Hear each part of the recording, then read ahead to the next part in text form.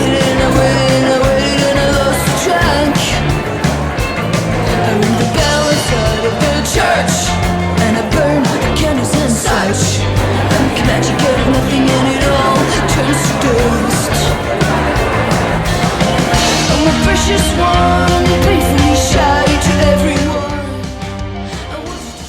As you all know, this film festival is kind of based on the radical notion that all people, regardless of which gender they like to identify with, has the same right to representation behind and in front of the camera.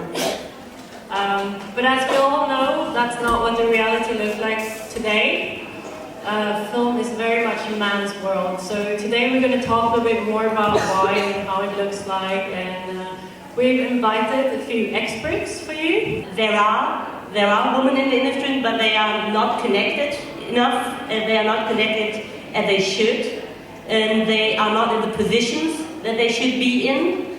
And I think in the last 10 years it got a little bit better. We have some females in head positions in broadcasting stations. We have CEOs in the funding agencies, but still, there is way too less women who get the good paid jobs.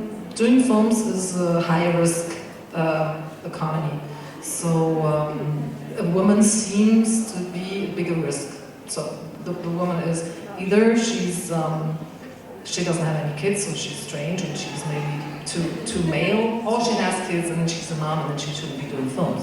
So this is like, you can't do it right. You're always like in this sort of, you always have to come up and explain yourself, and then if you explain yourself, you're already in a small position. Area, all the men has more success than the woman, but in the university time, the women were always making more movies, were more like doing more stuff in one side. So I just started to think, why? It's not real. Women have power. Women can be successful. Women can run businesses. What is wrong with this male structure? So vicious.